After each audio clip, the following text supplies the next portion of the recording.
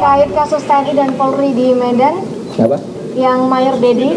Iya. Tanggapannya seperti apa dan Sudah saat ini dalam langkahnya seperti apa? sudah dalam proses penyelesaian. Sudah diklarifikasi kasusnya baik oleh TNI maupun oleh Polri. Sekarang tinggal langkah-langkah berikutnya yang akan diambil untuk penertiban bagi siapa yang salah, baik di tingkat atau di lingkungan TNI maupun di Polri. Sekarang sedang berjalan koordinasi untuk dilakukan. Sudah sejauh mana Pak proses pengusutan terkait Mayor Dedi ini? Ya kan sudah mulai diperiksa, mulai ditangani oleh Irjenab dan Puspom Angkatan Darat. Sudah gitu. Saya sudah mendapat resume laporannya tadi malam, sudah sampai apa titiknya. Hari ini mungkin akan dilakukan pemanggilan, tetapi kronologi peristiwanya saya sudah dapat. Baik pemirsa, kita juga akan melihat bagaimana konfirmasi ini dilakukan oleh Laksda Julius Wijoyono selaku Kapuspen TNI mengenai penahanan dari Dedi Hasibuan atau Mayor Dedi Hasibuan berikut ini. Ya, di mana Laksda Julius Wijoyono ini juga mengatakan bahwa atau memberikan keterangan kepada media betul sudah ditahan dan kemudian juga saat ditanya sudah sejauh apa memang disebutkan masih proses setelah penyidikan maka ditentukan. Ini juga menjawab sanksi apa yang akan diberikan. Nah sebelum nanti kita bahas mengenai sanksi ini karena kalau tadi Mas Al-Araf sudah mengutarakan kekhawatirannya sanksi disiplin, hukuman ringan, dibebaskan bahkan ini menjadi sanksi-sanksi yang selama ini mengakhiri kasus-kasus yang melibatkan anggota militer ketika diselesaikan dalam peradilan militer. Nanti sebelum Pak Arianto tadi juga akan berikan tanggapan, kami bawa Anda terlebih dahulu untuk bisa mendengarkan laporan dari rekan kami Nofri Afandi. Silakan Nofri. Ya Putri dan pemirsa, berdasarkan informasi yang kami dapatkan pada siang tadi dari Kapendam 1 Bukit Barisan Kolonel Infanteri Riko Siagian yang membenarkan bahwa Mayor Dedi Hasibuan telah menuju Jakarta untuk diperiksa oleh Pusat Polisi Militer ataupun Puspom TNI. Mayor Dedi Hasibuan yang menjabat sebagai Kasih Undang-Undang di Kumdam 1 Bukit Barisan ini diperiksa oleh Puspom TNI terkait aksinya menggeruduk Mapolrestabes Medan bersama puluhan anggota TNI berseragam dinas dan berpakaian sipil. Di mana diketahui Mayor Dedi Hasibuan mendatangi Mapolrestabes Medan untuk meminta penangguhan penahanan terhadap seorang tersangka berinisial ARH terkait kasus pemalsuan surat tanah. Dan memang sebelum diperiksa oleh Puspom TNI, Mayor Dedi Hasibuan ini juga telah menjalani pemeriksaan oleh staf intelijen Kodam 1 Bukit Barisan untuk dimintai keterangan serta klarifikasi terkait aksinya. Dan tadi juga tersangka ARH ini diketahui mendatangi Bid Propam Polda Sumatera Utara untuk melaporkan oknum petugas Satreskrim Polrestabes Medan atas dugaan tidak profesional dalam menangani suatu perkara ataupun perkara yang setengah menjeratnya. Ia mengaku bahwa kasus yang menjeratnya hanya sebagai dugaan pemalsuan surat tanah dan juga dikatakan ia hanya sebagai pihak penghubung dan tanah yang dijual begitu hanya berukuran 800 meter persegi yang merupakan tanah garapan. Dan untuk diketahui lagi pemirsa bahwa aksi dari Mayor Dedi Hasibuan bersama puluhan anggota TNI ini menggeruduk ataupun mendatangi atau yang dikatakan Mayor Dedi sebagai silaturahmi untuk bertemu dengan Kompol Teguh Fatir yang merupakan Kasat Reskrim Polrestabes Medan ini terjadi pada Sabtu 5 Agustus kemarin sekitar pukul 2 siang. Dan dari berdasarkan pantauan pukul 4 sore, puluhan anggota TNI ini berangsur untuk meninggalkan Mapolrestabes Medan dan pada pukul 7 malam diketahui bahwa tersangka ARH berhasil dikeluarkan untuk ditangguhkan penahanannya dan juga seluruh anggota TNI yang berada di Mapolrestabes Medan juga meninggalkan lokasi. Dan kita tunggu seperti apa nantinya hasil penyidikan dan juga pemeriksaan yang dilakukan oleh Puspom TNI, apakah yang menjerat dari Mayor Dedi Hasibuan ini ataupun dugaan apa yang akhirnya Mayor Dedi Hasibuan harus menjalani penahanan oleh penyidik Puspom TNI di Jakarta. Putri. Terima kasih untuk laporan Anda. Sambil menantikan nanti bagaimana kelanjutannya, ada satu hal yang bisa kita soroti. Mas Al sudah menyebutkan tadi masalah impunitas. Kami akan bawa Anda juga untuk mendengarkan pernyataan dari Laksamana Yudo Margono selaku Panglima TNI mengenai impunitas. Tidak ada impunitas, tidak ada menutup-nutupi, tidak ada. Saya sudah sampaikan, Kita tegas kalau ada prajurit-prajurit yang melakukan pelanggaran. Ini yang menjadi ketegasan dari Panglima TNI, terutama menyoroti penyelesaian dari kasus ini. Yang nanti kita juga tunggu adalah bagaimana komitmennya untuk mewujudkan ini. Pak Arianto Sutadi mungkin juga punya pandangan soal impunitas. Tadi sudah diberikan keterangan atau pandangan dari Mas Al-Araf kalau semuanya diselesaikan lewat peradilan militer, belajar dari kasus-kasus yang ada selama ini Pak Arianto, ujung-ujungnya adalah cukup ringan, hanya sanksi disiplin, hukuman ringan, dibebaskan, bahkan juga ada kasus yang di-stop. Pak Arianto. Saya tidak membantah pernyataan Pak Araf ya, dan setuju dengan pernyataan itu. Tetapi saya di dalam kasus ini ya, saya pengalaman sekali menangani masalah kasus-kasus bentrokan antara TNI dengan Polri itu ya. Kuncinya adalah cepat-cepat diredam gitu.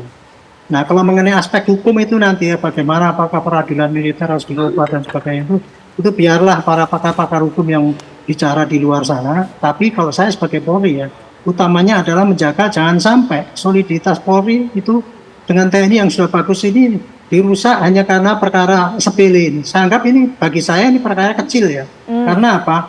Tidak sampai timbul korban, tidak sampai perusakan. Hanya seakan-akan orang yang membantu penegakan hukum kan, dia kan banyak gitu kan, silaturahmi dan sebagainya.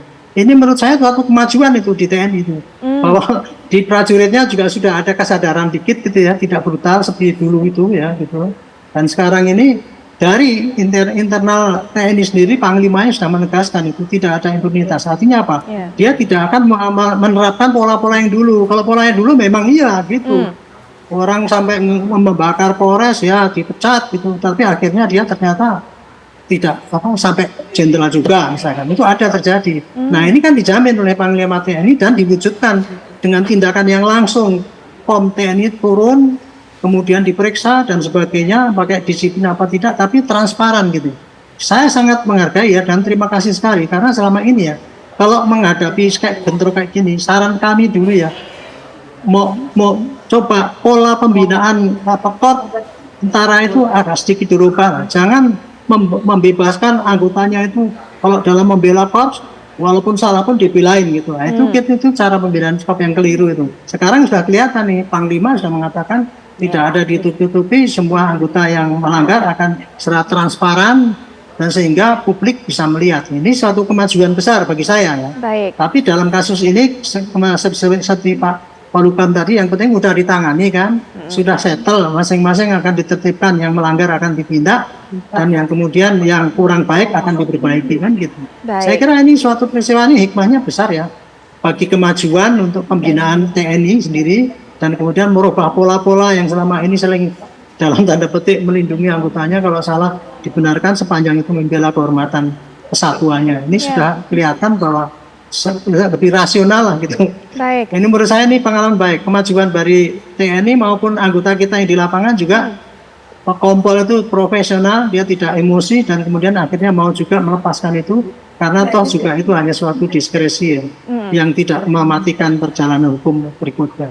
Baik. Itu kira-kira pandangan saya. Ya, Mas Al, seberapa yakin Anda akan komitmen dari Panglima TNI tidak ada impunitas tadi, mewujudkannya seperti apa? Ya, pertama buat saya ini bukan peristiwa yang kecil ya, ini peristiwa yang serius.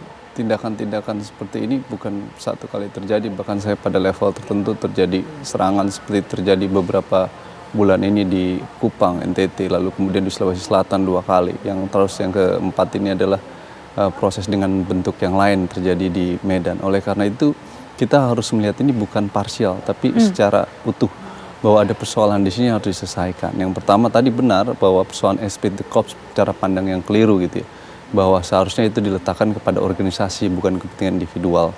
Nah ini yang kemudian harus diluruskan dengan proses pendidikan dan pembinaan yang lebih baik dengan cara pandang esprit de corps yang lebih benar. Yang kedua adalah soal-soal tentang tadi bahwa peristiwa-peristiwa seperti pasti akan terus berulang sepanjang tidak ada penghukuman yang adil di dalam proses di dalamnya itu. Siapapun dia, pelakunya harus diproses secara hukum dengan benar. Panglima TNI memang memberikan instruksi untuk menyelesaikan kasus ini dan memerintahkan agar Mayor Dedi diproses di dalam internal TNI. Menurut saya itu suatu yang baik. Tapi fakta-fakta kemudian yang kita tunggu oleh publik adalah pasca itu bagaimana proses penghukumannya, bagaimana proses persidangannya, sampai kemudian apa yang kemudian terjadi. Kasus-kasus yang terjadi dalam peradilan militer kecenderungannya adalah ada 3. Yang pertama kasusnya diproses tapi kemudian ditutup, misalkan seperti dalam kasus kejahatan korupsi AW101 ditetapkan satu kejahatan korupsinya, tapi kemudian pasca penetapan tersangka di SP3-kan dan kasusnya selesai. Itu yang kedua adalah meski masih bisa dipersoalkan soal SP3-nya, tapi itu terjadi gitu, ditutup kasusnya. Yang kedua, penghukuman proses hukum terjadi, tapi penghukumannya ringan. Misalnya kita lihat dalam beberapa kasus seperti di Cebongan gitu, atau peristiwa lain, beberapa kasus lainnya gitu. Nah yang ketiga adalah proses hukum terjadi tapi dibebaskan. Nah ini yang kemudian juga beberapa kasus yang terjadi dalam persidangan peradilan militer. Kenapa ruang ini terjadi? Karena mekanisme peradilan militer itu yurisdiksinya sangat luas, Mbak. Masa yurisdiksinya tindak pidana militer dan tindak pidana umum juga. Harusnya yurisdiksi tindak pidana militer itu cukup hanya terkait dengan disiplin dan tindak pidana militer. Misalkan insubordinasi sama atasan, disuruh perang tapi nggak mau melawan gitu. Atau misalkan di daerah konflik dia berantem dengan atasan, terjadi konflik tembak-menembak, bisa mungkin dalam batas tertentu ya masuk dalam ruang peradilan militer. Tapi kalau mereka terlibat dalam kejahatan korupsi, kalau mereka melakukan serangan terhadap institusi tertentu, kalau mereka melakukan kekerasan, kalau mereka terlibat kejahatan pidana, maka yurisdiksinya harus peradilan umum. Ini untuk memastikan apa? Memastikan prinsip equality before the law yang diatur di dalam konstitusi, bahwa setiap warga negara memiliki persamaan di hadapan hukum, tidak dilihat status sosial dia, sehingga baik dia presiden, menteri, anggota DPR, anggota polisi, bahkan TNI sekalipun, kalau terlibat kejahatan, diadili dalam ruang peradilan yang sama, yang bernama peradilan umum. Untuk memastikan prinsip-prinsip fair trial dalam peradilan itu bekerja dengan baik. Mekanisme peradilan militer tidak memenuhi prinsip-prinsip peradilan fair trial itu, sehingga dia cenderung menjadi ruang untuk sarana impunitas. Karena apa? Karena dibuat dalam rezim pemerintahan otoriter Orde Baru. Sementara sekarang rezim demokrasi, rezim negara hukum, harusnya yang kita kedepankan adalah azas persamaan di hadapan hukum. Baik, kita nantikan Mas Al. Semoga apa yang menjadi masukan Mas Al ini juga menjadi pertimbangan dari pihak TNI, tapi kita akan terus nantikan sanksi apa mungkin yang bisa menjerat dari Mayor Dedi Hasibuan. Tapi terima kasih untuk para narasumber, Mas Al, terima kasih. Kemudian juga Pak Ariantos tadi, terima kasih Pak Ariantos tadi sudah memberikan pandangannya dalam perbincangan kali ini. Selamat malam Pak Ariantos tadi, selamat malam Mas Al.